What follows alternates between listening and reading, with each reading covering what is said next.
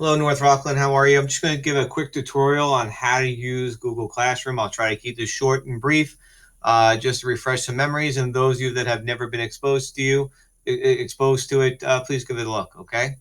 So, all right. First thing, let's go ahead and find Google Classroom. You can go through the app switcher here, and we're going to go in, and you're going to look for Classroom.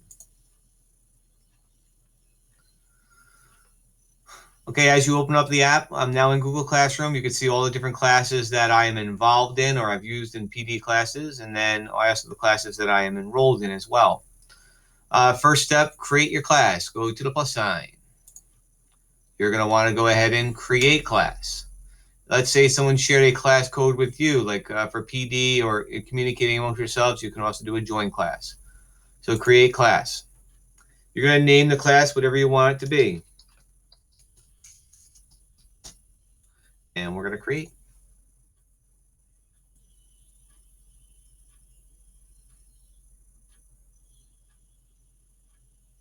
Okay, so now as the class is being created, let's just start discussing what's in Google Classroom right now.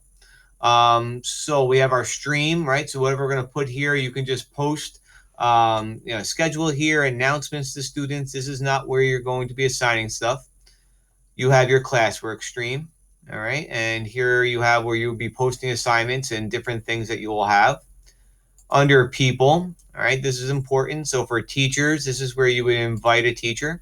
All you have to do is type in the teacher that you want to co-teach with, their name, and then you'll be all set. It's going to send them an invite to their email address. And then your students, okay?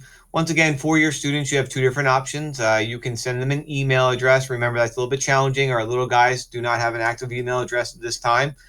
So most likely we would have to share the classroom code with the class itself. And I'll show you where you can find that. So right here is the classroom code, right? So that's one option of where you can find the classroom code. If we go back to our first thing here, the stream, you'll also see the class code there, all right? And this is what you would share with your students in order for them to enter into your Google Classroom. Now moving forward, let's just take a look now what we have in classwork. I think one of the first steps that I think you need to do is just think about how you would want to set your classroom up, okay? So if I go to create, there's a number of different things that we have here. We have assignments, we have quiz and assignment, we can just ask a question, you can just post material. But actually the first place that I would start with the topic, okay? Think about the different topics in your class that you're going to cover, and then create those topics. So for example, here, let's say if I was going to be, I'm a social studies teacher, and I know moving forward, I'm going to cover, let's say, World War II. And also I know I'm going to cover in the upcoming weeks, I'm going to go create, and I know I'm going to cover after that would be the Great Depression.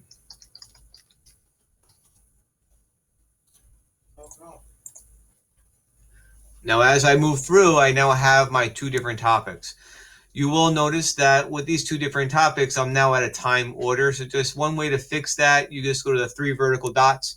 And with the three vertical dots, you can see that you can move your items down. You can rearrange it. Remember, anytime in Google you see those three dots, that means I can do something more.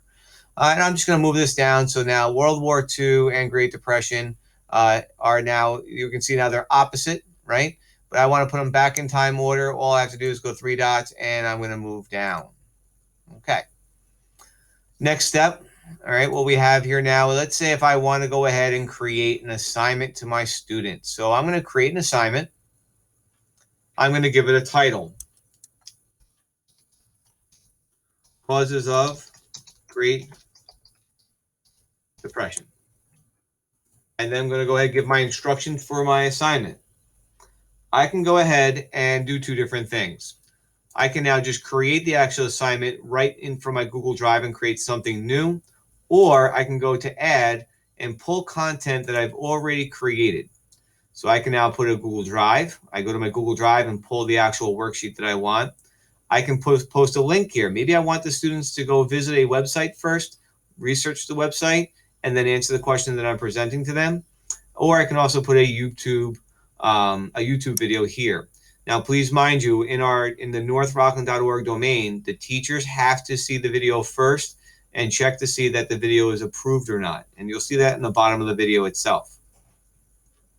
So let's just say if I wanted to I'm going to put any old document in here so you can just see the actual process. But let's say if I wanted to go ahead and I wanted to put in this template, okay? And I add this in. So now you'll see, here's my document. Now this is important. So now what I have here, my students can view the file, and I have three different options. Students can view the file, students can edit the file, and make a copy for each student. So now, right now, if I leave it as students can view the file, let's say if I had a reading, I just need them to read something. I don't need to make a copy for all of them. They just need to be able to see the document and then answer a question for me. I would just leave it as student can view a file.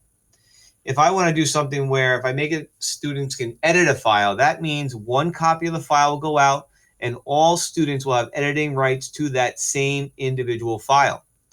Last but not least, we have make a copy for each student. This here will create an individual copy for each student that you have in your class with their name atop of the actual assignment, and they'll be able to submit individual copies to you as well for grading purposes. On the right-hand side, you'll see I have a number of different options that I have. I have what class this would be for, so I can assign this to multiple classes. I can also say, okay, what students do I want to receive this assignment? Maybe I want to differentiate my instruction. I can award it as many points that I want, or I can leave it ungraded. I can give it a due date. Okay, now remember, with online learning, we cannot have the same expectations that we have day to day in the classroom.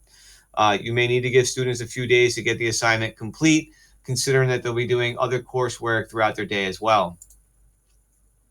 Make sure that I give it the correct topic, right? So, I'm doing Great Depression. I'm going to name this to be the Great Depression, all right? And my next step will be that I just have to assign it. Now, if I'm not ready to assign it right now, I do have other options.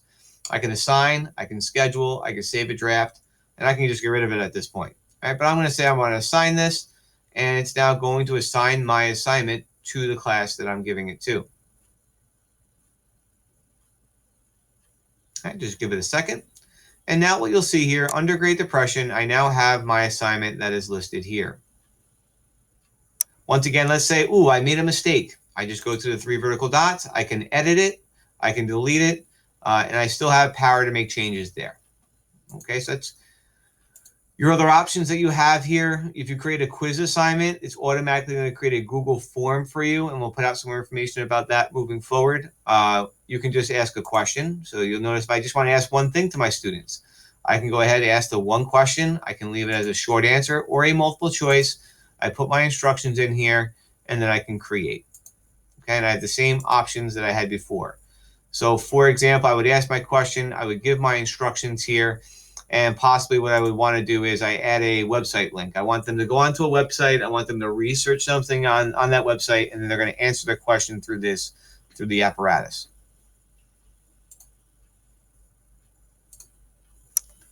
Okay. If I just want to post material, I could do that as well. As assignments are being generated, your gradebook will begin to populate. Okay. And with that happening, then you can see what's graded, what's not graded for your students. So I know this was a very quick tutorial in regards to Google Classroom.